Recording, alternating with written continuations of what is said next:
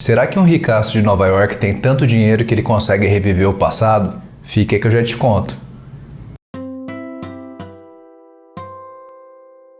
Salve, salve leitoras e leitores, sejam muito bem-vindos ao canal Entre Livros. Já deixe seu like e se inscreva no canal, hein? Hoje nós vamos falar desse livro excelente chamado Grande Gatsby, de Scott Fitzgerald, de 1926. É um clássico da literatura mundial. F. Scott Fitzgerald nos transporta para os prósperos anos 20, a era do jazz. Festas épicas, carros velozes, novos ricos, femmes fatales, tudo isso regado a muita bebida, mesmo na lei seca. O livro é uma crítica ao sonho americano.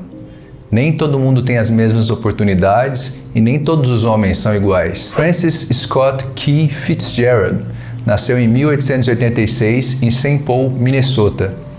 Ele era um dos autores da geração chamada Geração Perdida. Geração Perdida foi aquela geração que nasceu no final do século XIX, que lutou na Grande Guerra, depois passou pelos prósperos anos 20 e depois chegaram aos anos 30, na Grande Depressão. Fitzgerald se alistou para lutar na Grande Guerra e quando ele volta ele se casa com Zelda. Depois os dois foram morar em Paris com outros americanos expatriados. Era uma época de muita efervescência cultural. Os dois aproveitaram muito e tiveram suas consequências. Fitzgerald se tornou um alcoólatra e Zelda acabou indo parar no manicômio. Os dois tiveram uma vida muito conturbada. Zelda com certeza era a fonte de inspiração de Fitzgerald, mas ela se entediava muito tendo que esperar ele escrever. Então eles brigavam muito. Ambos morreram muito cedo. Fitzgerald aos 44 anos de ataque de coração e Zelda aos 40, num incêndio no manicômio. Nick Carraway é o narrador do livro. Ele vem de uma família abastada do centro-oeste americano e foi para Nova York trabalhar como corretor de ações. Ele mora em uma casa modesta, bem ao lado de uma mansão espetacular, que nós vamos falar daqui um pouco sobre ela. A casa ficava num lugar chamado West Egg e era onde estavam os novos ricos. Do outro lado da Bahia ficava East Egg, onde moravam os podres de rico. Um dia Nick vai visitar a sua prima Daisy em uma dessas casas dos podres de rico. Era uma mansão que emitia uma luz verde que era possível ver do outro lado da Bahia. E tinha um morador misterioso, que logo vamos falar dele, que ficava admirando aquela luz toda noite. Nick conhece o marido de Daisy, Tom Buchanan, que era um esportista de sucesso na juventude e agora era jogador de polo. Ele vinha de uma família extremamente rica. Ele conhece também Jordan Baker, uma bela moça que ele achava que conhecia de algum lugar. Na verdade, ela era uma jogadora de golfe e estava em meio de uma polêmica.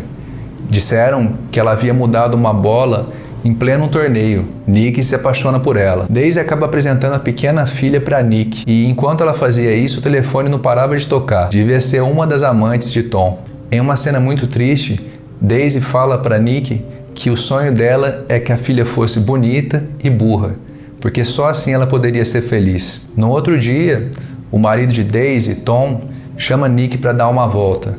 Eles iam almoçar juntos. Eles param então num lugar muito feio chamado Vale das Cinzas, que ficava no meio do caminho de Nova York para Long Island. Tinha uma oficina lá, onde Tom arrumava seu carro com George Wilson e a sua amante era a esposa de George Wilson. Era a Myrtle Wilson. Ela dá um jeito de se livrar do marido e todos vão para um apartamento em Nova York. Eles fazem uma festa no apartamento, junto com a irmã de Myrtle, e ficam muito bêbados. Muito interessante essa personagem Myrtle. Ela odeia o marido, porque quando eles casaram, ele pegou emprestado o seu terno, e ela nunca o perdoou por isso. Agora quando saía e ia para as festas, colocava um vestido e mudava totalmente de personalidade. Com o vestido ela era muito mais arrogante. Era uma forma de se sentir diferente da vida miserável que levava com o marido. Uma hora ela começa a falar da esposa de Tom e Tom quebra seu nariz. Aí todos vão embora. Nick agora tinha um vizinho que dava festas homéricas. Todos os dias apareciam mais ou menos 2.000 pessoas nessas festas. E praticamente ninguém conhecia o anfitrião.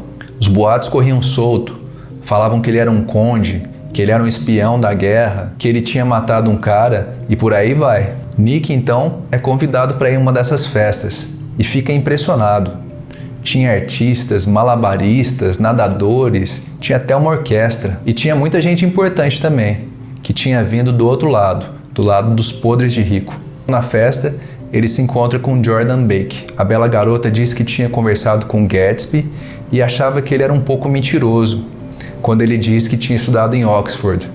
Para ela, ele não fazia o estereótipo do estudante de Oxford. O fato disso ser estranho para ela mostra um golpe no sonho americano, porque o Gatsby tinha muito dinheiro. Então por que ele não poderia ser um estudante de Oxford? Quer dizer, ele fazia parte do grupo dos novos ricos, mas ele não fazia parte do grupo dos podres de rico. E um dos preceitos do sonho americano é justamente isso: a oportunidade para as pessoas que trabalham duro, inclusive de mobilidade social. Nick e Jordan acabam se encontrando então com Gatsby. E Gatsby fala para falar sós com Jordan. Nick combina de falar com eles outro dia. Nick começa a ver um vai e vem toda hora da casa de Gatsby e começa a ficar desconfiado. Ele desconfia que Gatsby realmente é um contrabandista de bebidas, mas Gatsby se encontra com Nick e diz que ele na verdade veio de uma família humilde do Centro-Oeste e que lutou na guerra, para ele não se preocupar com ele. Eles saem para almoçar e Nick vê o poder de Gatsby. Uma hora, andando com o carro uma velocidade muito alta, um policial para eles, mas logo Gatsby dá um jeito e sai sem pagar a multa. E também eles encontraram tipo um poderoso chefão, que era um cara muito importante, que inclusive tinha alterado o resultado da liga de beisebol de anos anteriores. Nick então vai se encontrar com Jordan. Jordan diz que na verdade ela tinha se enganado. Ela conhecia Gatsby do passado e ele e Daisy tinham tido um caso. Só que Gatsby era pobre e ele acabou indo para a guerra. E assim Daisy casou com Tom. E ela achava que Daisy não era feliz com Tom. Aí vem um parênteses porque Jordan era muito mentirosa. Será que ela foi subornada por Gatsby quando ficou sozinha com ele na sala? É uma possibilidade. De qualquer forma, ela fala um pedido de Gatsby e queria que Nick convidasse a prima Daisy para que ela fosse na sua casa tomar um chá. Nick aceita e Gatsby então organiza um chá na casa de Nick e ele ia aparecer lá por coincidência. Daisy então aceita e vai na casa do primo. É até engraçado porque quando ela chega lá, ela fala bem baixinho no ouvido de Nick se ele estava apaixonado por ela. Daisy e Gatsby então se reencontram e ficam muito felizes. E logo, Gatsby quer levá-los para a casa dele, onde ele pode se exibir. Chegando lá tinha muitas obras de arte, era muito grande, muito bonito. Ele mostra as várias roupas que ele tem e deixa todos impressionados. Gatsby mostra que do outro lado da baía dava para ver a casa de Daisy, de onde saía aquela luzinha verde, e onde ele ficava toda a noite admirando. Gatsby então convida todos, inclusive o marido de Daisy, para uma outra festa. Daisy não gosta muito da festa. Tudo parece muito forçado, muito brega para ela. E logo ela vai embora. Gatsby fica arrasado. E aí vem um dos melhores momentos do livro. Nick fala para Gatsby que não é possível reviver o passado. E Gatsby fica muito nervoso, porque tudo aquilo, todas aquelas festas, tudo aquilo que ele tinha, aquela ilusão que ele tinha feito, era baseado no passado. De alguma forma, ele queria viver naqueles tempos antes de abandonar Daisy quando ele foi para a guerra. Sua vida depois disso não fez nenhum sentido. Daisy começa a ir muito na casa de Gatsby e logo começam as fofocas. Tom, então, chama Gatsby para ir na sua casa. Chegando lá, eles decidem ir para um outro lugar, para o Plaza Hotel em Nova York. Só que eles vão de carro trocado. Tom vai no carro do Gatsby e Gatsby vai no carro do Tom. No meio do caminho, Tom para abastecer naquela oficina no Vale das Cinzas e ele vê a amante toda machucada. George Wilson, que trabalhava lá, falou que ele descobriu que a esposa estava traindo, mas não sabia ainda com quem, e que eles iam embora de lá o mais rápido possível. Todos chegam então ao Hotel Plaza, onde Tom fala para Gatsby que ele não quer que Gatsby atrapalhe mais o relacionamento dele com Daisy. No filme, diferentemente do livro, essa cena se estende, e chega uma hora que Gatsby fala que ele é igual ao Tom, e Tom fala que de jeito nenhum, que ele não é nem um pouco igual a ele, e que, aliás, ele não é igual a ninguém naquela sala, porque o sangue dele não é igual ao dos outros. Mais um golpe doído no sonho americano. Gatsby fica descontrolado e vai embora com Daisy. Daisy então pede para dirigir o carro. Eles acabam passando em frente à oficina.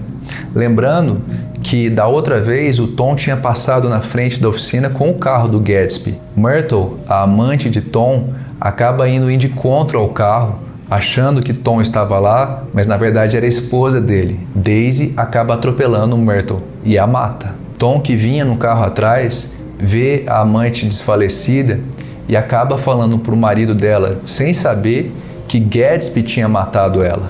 No final, o marido traído acaba matando o Gatsby e logo em seguida se suicida. Nick tenta organizar um velório, mas ninguém vai. A história verdadeira de Gatsby é que ele nasceu numa família de granjeiros na Dakota do Norte, estudou numa faculdade de uma cidade pequena de Minnesota e logo depois desistiu. Ele passou a viver de bicos, mas sua vida mudou mesmo quando ele conheceu Dan Cody, que era um magnata que tinha um iate. Ele foi uma espécie de mentor para Gatsby. Gatsby trabalhava como um auxiliar do seu iate e eles moraram juntos por 5 anos. E Dan Cody morreu numa situação muito suspeita quando uma mulher subiu ao iate. Gatsby acabou recebendo uma herança de mais ou menos $300 mil.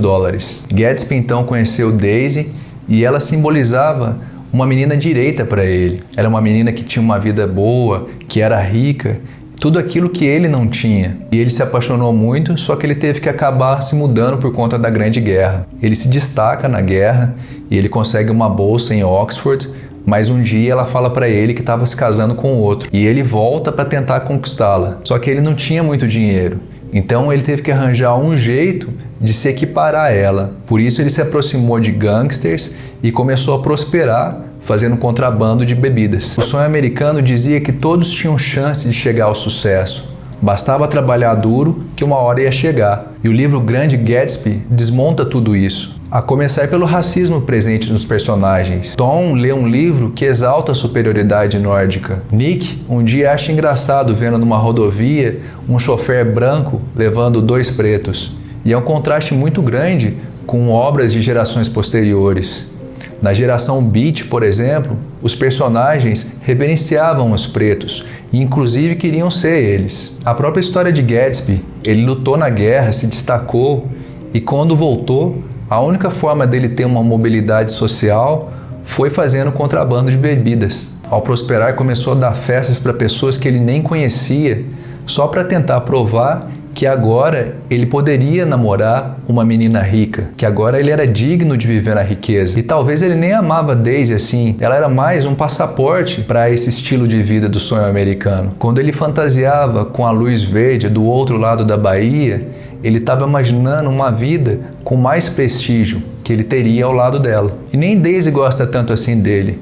É mais um relacionamento juvenil do que um relacionamento duradouro, maduro. De qualquer forma, Gatsby, mesmo extremamente rico, não conseguiu entrar na panelinha dos podres de rico, mostrando assim a falácia do sonho americano. E aí, curtiu a resenha? Já leu o Grande Gatsby? Curtiu? Tem algum livro para indicar? Deixe aqui nos comentários, sua opinião é muito importante. Até a próxima!